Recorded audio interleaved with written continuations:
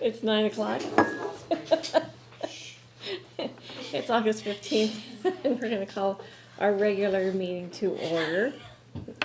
Kel, Lee, would you, Kelly, would you lead us in the pledge? I pledge allegiance to the flag of the United States of America and to the republic for which it stands, one nation, under God, indivisible, with liberty and justice for all. Thank you, Kelly. All right, we'll move on to item number 3, roll call. Commissioner District 1, Randy Netherland. I'm here. Commissioner District 2, Kevin Schutte. Here. And Commissioner District 3, Sharon Trask. I'm here. Moving on to item number 4, correspondence and organizational business. 4.1, do we have any correspondence? The Washington State Liquor and Cannabis Board sent in the following: notice of liquor license application for I.L. Canali, special occasion liquor license application for Great Bend Music Center, and notice of cannabis license application for GGD Platinum LLC. Sandra Price from Northwest Park Brokerage sent in notice of opportunity to compete and purchase template for Allen View Estates. Astound Broadband Powered by Wave sent in a letter regarding rate increase. And Washington Fish and Wildlife Office sent in a letter regarding the initiation of a species status assessment for the Suckley's bumblebee.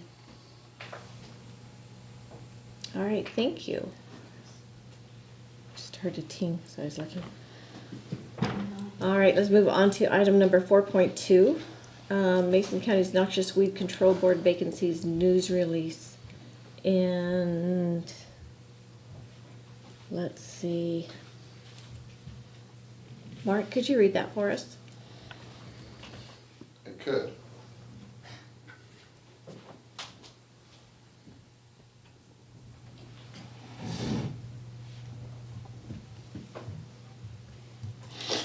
Yeah, sure. Will you? Good enough, huh? Can you read it out loud? Oh, yes. Thank you for the reminder. Mason County Noxious Weed Control Board. The Mason County Board of Commissioners is seeking applicants to fill our 4 positions on the Mason County Noxious Weed Control Board. The Board of County Commissioners appoints Noxious Weed Control Board members to 4-year terms. The Noxious Weed Control Board consists of 5 voting members, each representing one of 5 designated weed control districts in the county. At least 3 of the 5 voting members must be engaged in the primary production of agricultural products, such as livestock, crops, shellfish, timber, or Christmas trees. The Noxious Weed Control Board currently has 3 vacant openings, which include District 4, Belfair and North Mason area, District 5, west of the Hood Canal and north of Potlatch, and District 1, Shelton area and west to Matlock and south to the canal and north of Potlatch. District 1, Shelton area west to Matlock and south to the county boundary with Thurston County. In addition, the board gave notice of expiration of terms of office and is seeking applicants for board members to represent District 3, Skokomish Valley and Union area. The board has the mission of working to protect the citizens' natural resources, including lakes, shellfish, and timber, livestock, and agricultural resources of Mason County from the degrading effects of noxious weed invasions. The board functions to identify priority weed issues and develop a strategy to control noxious weeds with the cooperation of residents and agencies in the county. The Mason County Noxious Weed Control Program works to educate residents on noxious weed identification, control methods, and works cooperatively with landowners who have noxious weed infestations. Please consider serving Mason County and protecting against weedy invaders by becoming a representative of the board. To obtain an application, please contact the Mason County Noxious Weed Control Program at 360-427-9670 extension 592. Applications are also available on the website at https://masoncountywad.gov/ac/weed-board.pdf. For more information, interested individuals may contact the Mason County Noxious Weed Control Program Coordinator, Kella Hall Wickert, at 360-427 9670 extension 592, or khall-wickert@masoncountylaw.gov. Okay, thank you. It's always fun putting you on the spot. Well, I tried not to make eye contact, but it didn't work. All right, let's move on to item number 5. Open forum for citizen input. This is the time that we set aside to provide time for the public to address the commission. There is a 15-minute total time, 3 minutes for each person. Is there anyone in the room that would like to say anything? Yes, this is me. I haven't been here in years. So if you could come to the podium, state your name and where you're from. My name's Kelly Kopp. I'm from Hartstein Island. It's been years since I've been here. I haven't done this in a long time. I would just like to raise the concerns that we have for connectivity on the island. Our current providers, it's lackluster to say the least. I'm constantly hearing from other residents that they can't get connections, and that there's no resolution that's being offered by the provider. And this is consistent. I mean, I'm seeing these comments constantly. 2 years ago, Randy Netherland and I worked on an issue where the phone service went down on the entire island. Nobody was aware of it.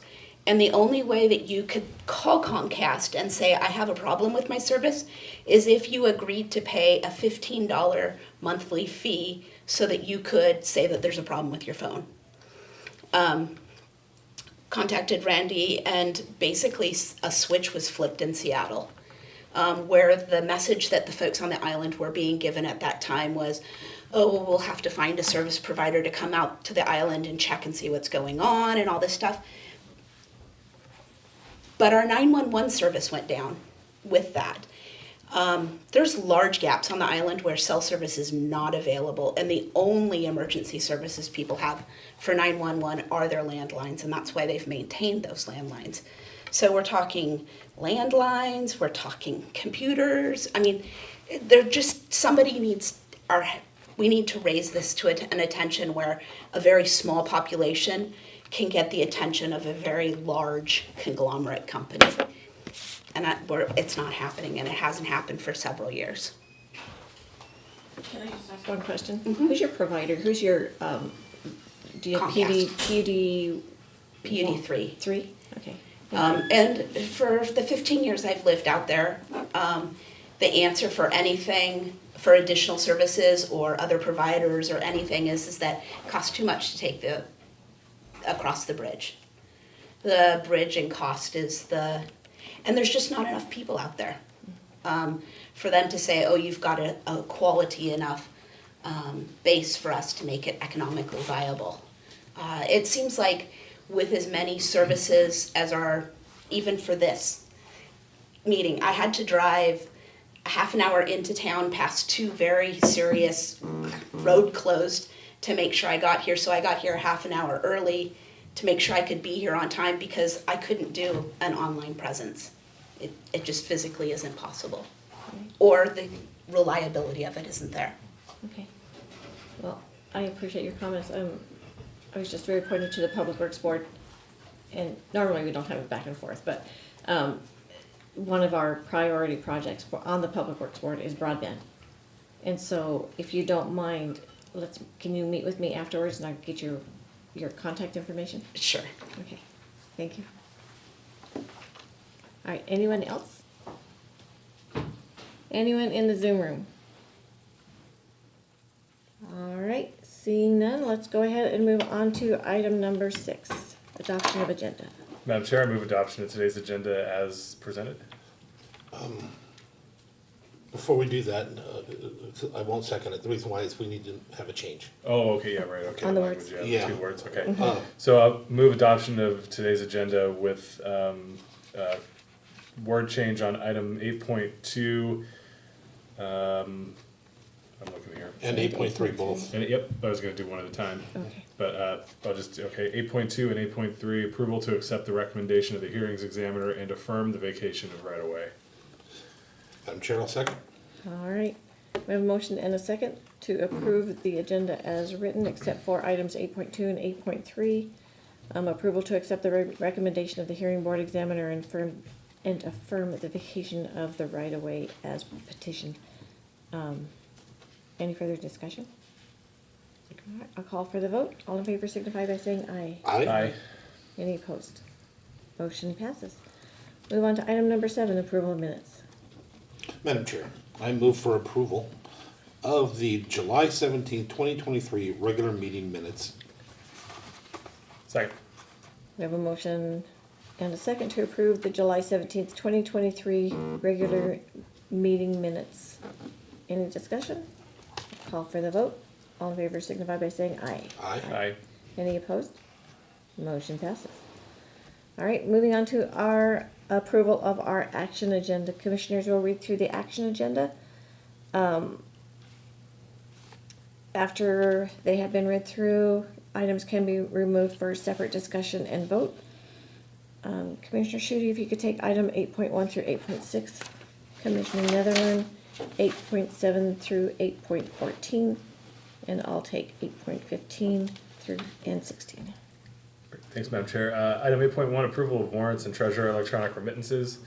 Claims clearing fund warrant numbers 8098145 through 8098361 in the amount of $2,014,784.10.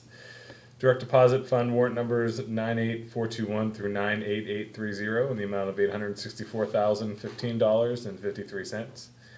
Salary clearing fund warrant number 7007471 through 7007507 in the amount of $571,071.48. And treasurer electronic remittance in the amount of $410,073.38. Item 8.2, approval to accept the recommendation of the hearings examiner and affirm the vacation of the right-of-way as petitioned, subject to the conditions obtained in the findings, conclusions, and recommendations of the hearing examiner for road vacation number 413. Item 8.3, approval to accept the recommendation of the hearings examiner and affirm the vacation of the right-of-way as petitioned, subject to the conditions contained in the findings, conclusions, and recommendations of the hearings examiner for road vacation number 414. Item 8.4, approval of the resolution amending resolution number 2023-035 to fund the Mason County Flexible Spending Account clearing account in the amount of $5,000.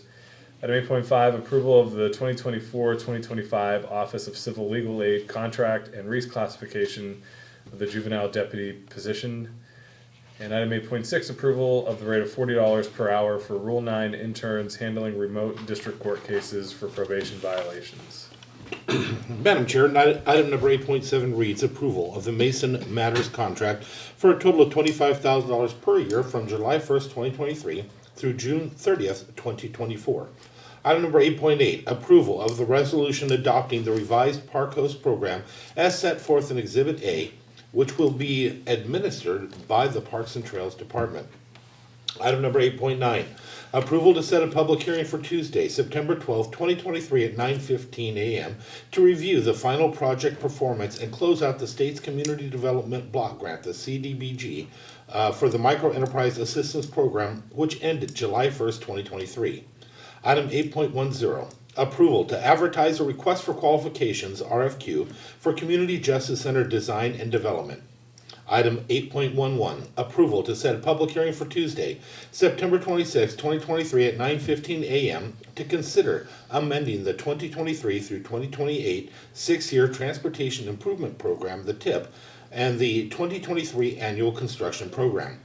Item 8.12, approval of the resolution for County Road Project number 2051, the Shelton Matlock Road, and to authorize the Public Works County Engineer to advertise, set bid dates and times, award contract, and for the county engineer and or the chair to sign all pertinent documents. Item 8.13, approval for Public Works to add and hire for an additional 1.0 full-time employee FTE administrative assistant position.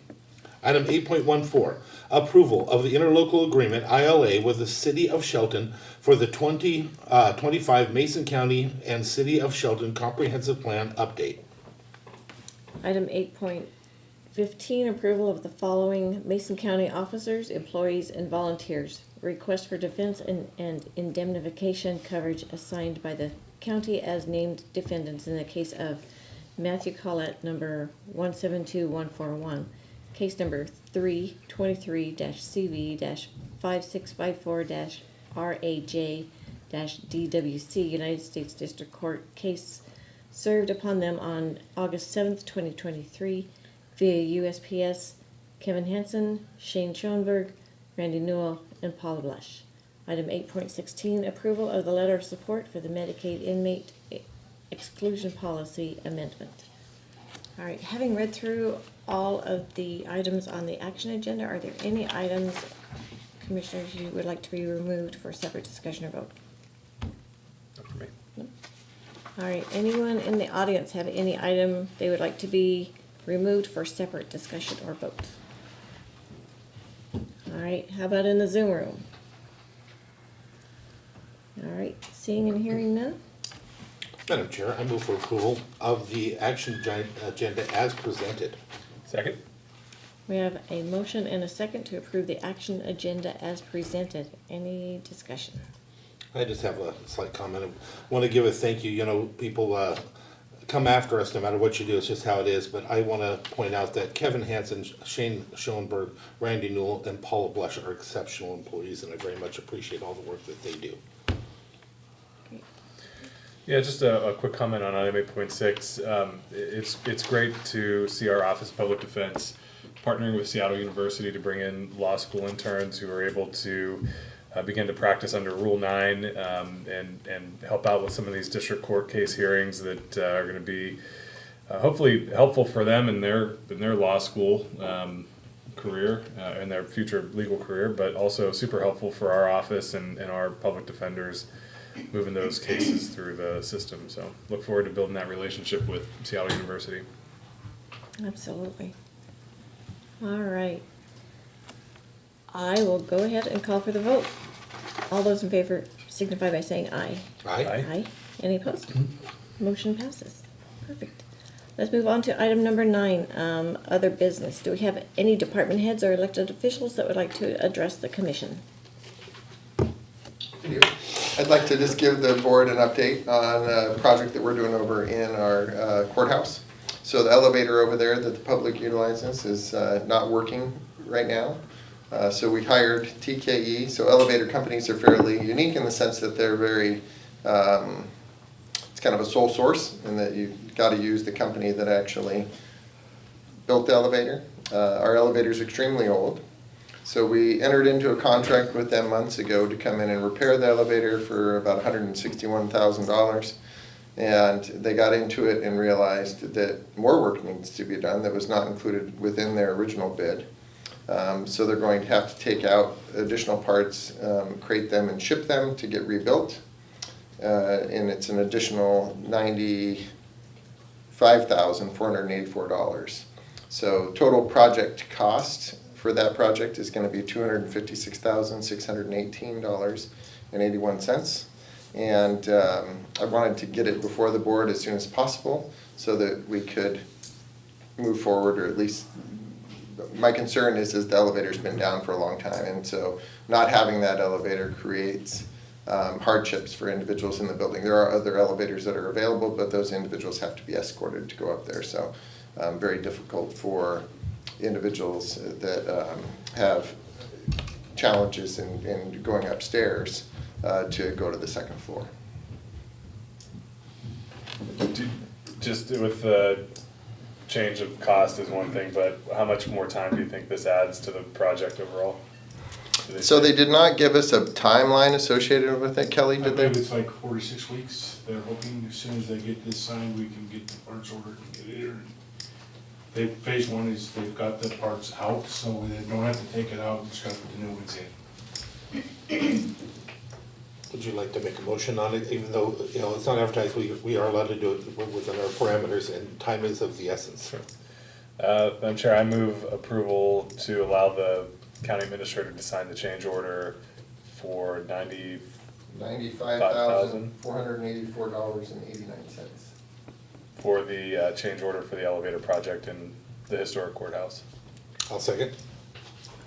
All right, we have a motion and a second to allow the county administrator to sign the change work order and increase the cost $95,484.89. Holy cow. Any further discussion? For me. All right, call for the vote. All in favor signify by saying aye. Aye. Any opposed? All right, motion passes. Thank you. Anything else? I have nothing else. Our Hey, auditor? good morning, Steve here, your humble auditor. I just want to let everybody know we're on track to certify the August 1st, 2023 primary, 2 p.m. today. So if anybody wants to come in and witness or observe, you're more than welcome. Same for the folks out on Zoom land there. We'd love to have you come down and be a part of the process. And just as a heads up, getting ready to pull together the next request for the Secretary of State Information Security Grant. So you'll be hearing and seeing more about that in the next couple of weeks. Thank you. Cool. Thank you. Anyone else? Anyone in the Zoom room? All right, seeing none, it is 9:22, so we will move on to item number 10, this public hearing to consider the approval of the ordinance adopting the proposed amendments to Mason County Code Title 16 subdivisions and plats and Title 17 zoning as outlined in attachments A and B. Kel. Good morning. Kel Rowan with Mason County Community Development. These are code changes to Title 16 and Title 17 relating to road standards. So the Public Works Department is working on updating the road standards, and they'll be bringing those changes to the board. To be consistent with codes in community development, we have amended ours to just to point to the road standards. So rather than having road standards in the Belfair zoning code and in the subdivisions and plats code and other places, we're just referring it straight to the road standards so we're consistent throughout the county and the urban growth areas. In addition to that, we've made just some minor, we've been trying to consistently bring code amendments as, you know, with other opportunities to the board to just continue to clarify our zoning code and other codes. So there's some other minor amendments. We specifically included a couple of items that are prohibited in the cottage industries section, for example, and then also just clarified some things for forms and other minor things. So. All right. Anybody have questions for staff? How about in the Zoom room? All right. No questions? And so now move on to public comment. Do we have anyone that would like to make a comment? Anyone in the Zoom room? All right. Move on to discussion or a motion. Madam Chair, I move approval of the ordinance adopting the proposed amendments to Title 16 and 17 as outlined in attachments A and B. I'll second. All right, we have a motion and a second to approve the ordinance adopting the proposed amendments to Title 16 and 17 as outlined in attachments A and B. Good. Discussion? Yep. All right, I'll go ahead and call for the vote. All in favor signify by saying aye. Aye. Any opposed? Motion passes. Wow, that was painless. I like Took a that. while to get there. It was a good effort on, with Public Works and our fire marshal and Michael, working on subdivisions. So there's a lot of collaboration and we had a lot of back and forth, so I appreciated the work people put into it. Yeah, we've got a pretty good team here at Mason County, don't we? Yep. Yes. I believe so. All right. Thank you, Kel. Yeah. All right, let's move on to item number 11, board calendars and reports. Commissioner Schutte, and then Commissioner Netherland, and then I will follow. Sure. Just first, I just want to make a quick comment about the public comment that we received earlier about connectivity on the island. So we've had a broadband action team that was formed here this spring in the county to work on putting together a plan to get additional funding for expanding broadband access. And so I know you'll be in good hands with Commissioners Trask and Netherland on this, but we were through that process, had been working with Comcast directly. And so we do have, I think, a new point of contact that I can pass on to both the commissioners to help you with that. And just know that that's a priority for us. And we have good partners at PUD3 and Hood Canal Communications and some of our other smaller providers. We do need to do better with the Comcasts and the Astounds, or Wave, I guess they're Astound now or whatever. But it's just getting better responsiveness to folks in our community. So I appreciate you coming in today and making those comments, and I'll get you the contact information. You guys can put them over a barrel.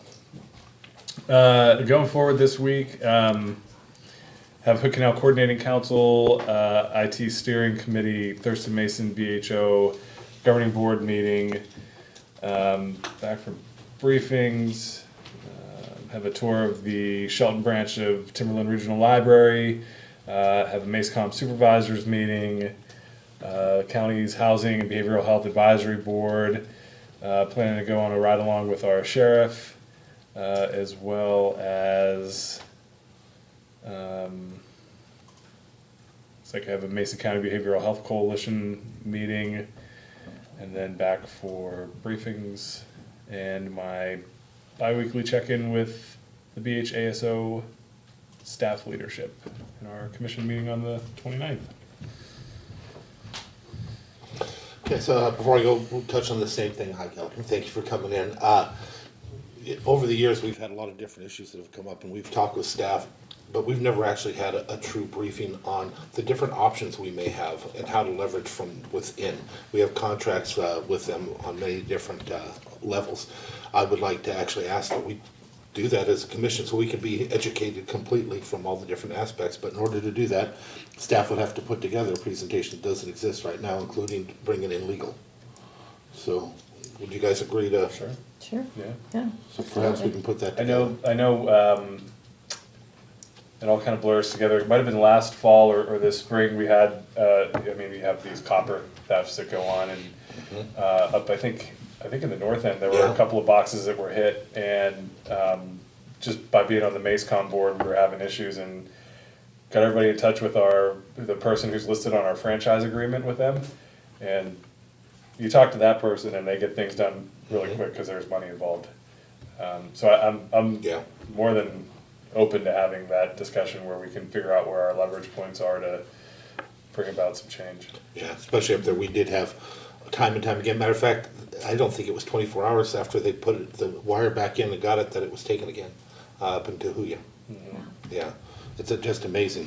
Okay, so then Peninsula Regional Transportation Organization meetings, the North Mason Rotary. We had Summerfest, which was incredible, at the Belfair State Park. The community gets together to celebrate. It used to be called the Taste of Hood Canal. It was a wonderful event. I love seeing everybody out there. And it was hot, but I left before it got too hot. I met with Housing Authority representative of Ad West and HUD, still putting together things, getting monies out where they should be. Olympic Regional Clean Air Authority, I did do a tour and met with Penn Health, where they gave us that certificate and stuff of appreciation.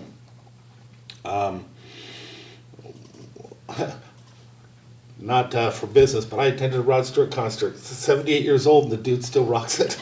And what's funny is he turns around, he shakes his rear end, and the girls still go, ah, 78. What's your favorite Rod Stewart song? It'd have to be "Have I Told You Lately That I Love You." That's my. I had you pegged as a Young Turks guy, but that's my wedding song. That's all that stuff. Yeah. And if you ever notice, one of the things you've always known me to say is, "Have I told you lately that you're awesome?" That's where that comes from all those years ago. So, I'll tell you something funny. Is Cheap Trick was also there, and it's amazing how skinny they all are at the age. But they start off as the greatest effing rock band of all time, and then when the time came, unlike Rod Stewart, the lead singer Robin Zander, it took him so long to get from one side of the stage to the other that I really thought I was gonna run down there and find a walker to help him get there because it took forever. They'd hardly moved.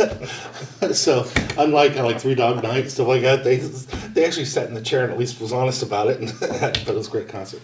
I enjoyed it. The Rod Stewart, of course, was incredible. So with that, we also had I attended the parade event in North Mason, and I just want to say that I owe a thank you to both sides on that. We all read how it was going in the online and how bad it was going to be, and I was really afraid of how it went. A special thank you to our sheriff.